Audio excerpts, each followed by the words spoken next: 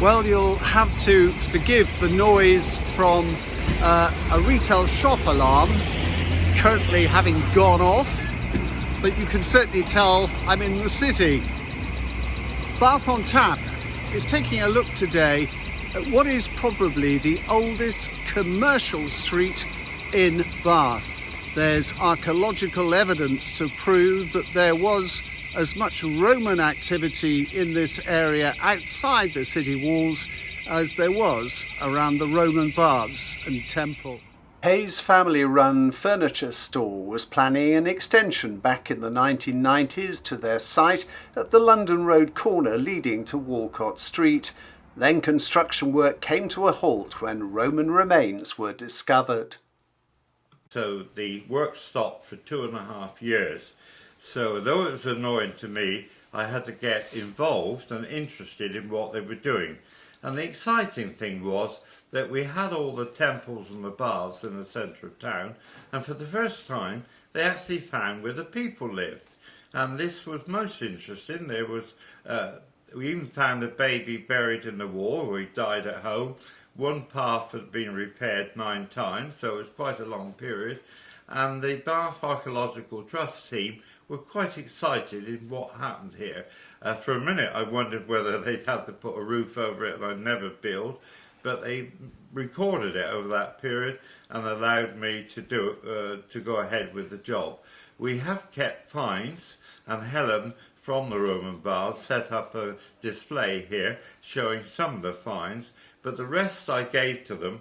And I understand there's 70 boxes in the basement at the Roman bath containing all the finds from this site. And the things they found were made all over the world, all over Europe. They found things from Italy, obviously, from Rome and France, and they were brought over, so there was quite an activity over the sea to bring them to Bath, and some of the pots and things were made locally as well, which was rather interesting. So the street began as a settlement of artisans capitalising on the tourist trade around the baths of Aqua Sulis.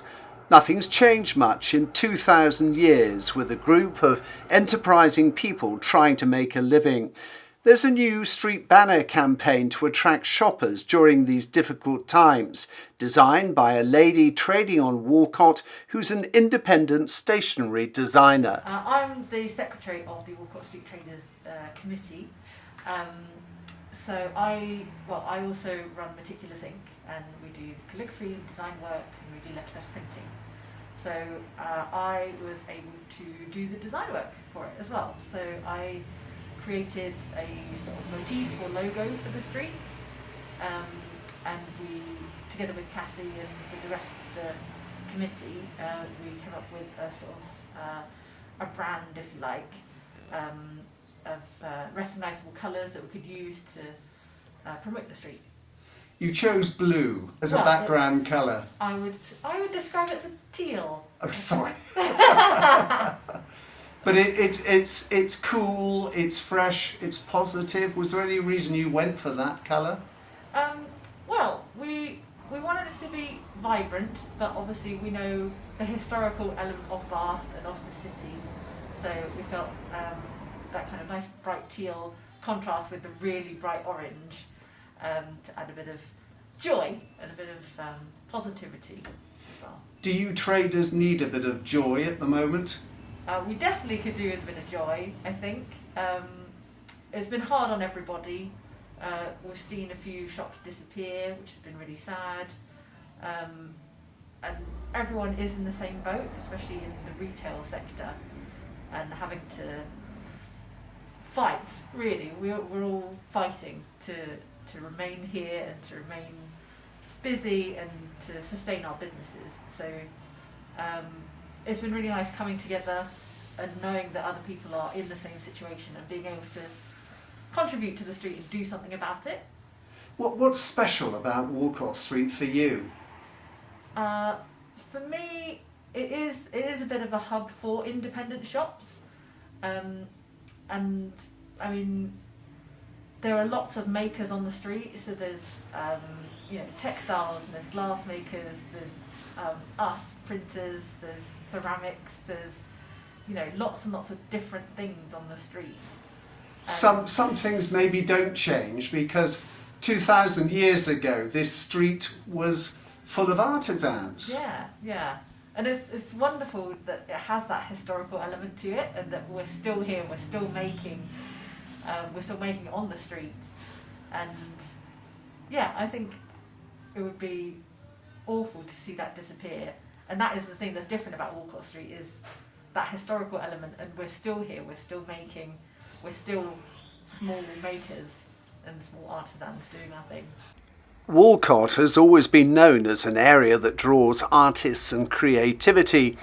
Not content with watching their little street fade into obscurity, as soon as the lockdown was repealed, they came up with their banner and bunting campaign. Yes, it's the beginning of a campaign that's going to run for the next few months into Christmas to bring attention to the wonderful street that we've got here, Walcot Street. And it's such an interesting street. It's just a short stroll from the centre of Bath, and sadly over the years it's not been clearly identified. So we thought, well, what we'll do now in this sort of situation we're in with the COVID and the footfall, the impact on people's shopping habits and so on, is to try and encourage people just to sort of come to a street which has got a bit more vibrancy, a little bit sort of more interest, and then through that identify the sort of what the quirky bits are of the street, which is something a little bit different, it's a bit more interesting. Now, traders all over Bath are suffering. What makes Walcot Street any different? We've got a range of businesses which are run by some really enterprising entrepreneurs, craftspeople, creative people, and I think the mix, which has evolved over the last few years, has really established its sort of identity as, for example, where you can get most things for your house. If you want something designed and you want some furniture upholstered, or you want some paint, or you want some glassware, or you want some invitations to your housewarming party or whatever, obviously numbers of 6 only, but or even sort of some knitting patterns for the long winter days. So yeah, it's a fascinating street, and identifying it with a brand, with the colours, with the flags, with the bunting, and then going into Christmas, look out for the lights. That's good to hear. Now, you've been here, I understand, getting on for a quarter of a century, but there is something that links you really back 2,000 years to the artisans who were living and working in this area. Absolutely, with reviving the Roman glass, which is Bath Aqua Glass's sort of core message really. My wife Annette established did the research, discovered that the Romans actually were making glass of a specific colour using copper and iron, and copper and iron are two of the main minerals in the spa water, two of the 40 minerals in the spa waters, which gives that sort of lovely light aqua hue to the glass. And sure enough, they were making glass here. We've got evidence of that, albeit on a small scale, but it was happening. And 24 years ago, my wife established Bath Aqua Glass here on Walcot Street in a little alleyway down by Old Orchard, and now here we are on the main street with the furnaces producing the glass as we do. What are your thoughts for the future? How positive are you being? Always positive, always optimistic. There's always hope, there's always change.